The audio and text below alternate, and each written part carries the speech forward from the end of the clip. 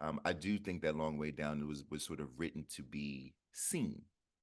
So like the reason it's even written in prose is so that I could use the page as more of a canvas to sort of paint a picture. I could use sort of spacing, I could use font size, I could use sort of some of the tricks and devices that I do use in that, right? Breaking some of the words up and creating chasms between actual words, right? So that an earthquake might actually look like an earthquake in on the page, right?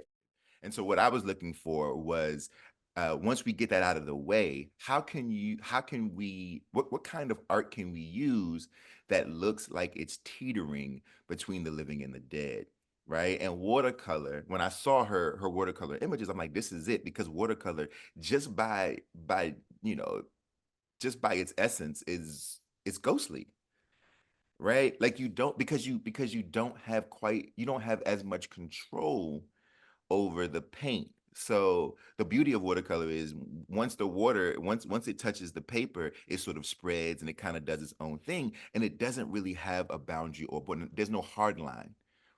Much like the story when it comes to the people that he's meeting on his elevator, there's no real hard line in terms of are these people there or not? Are they living or are they dead?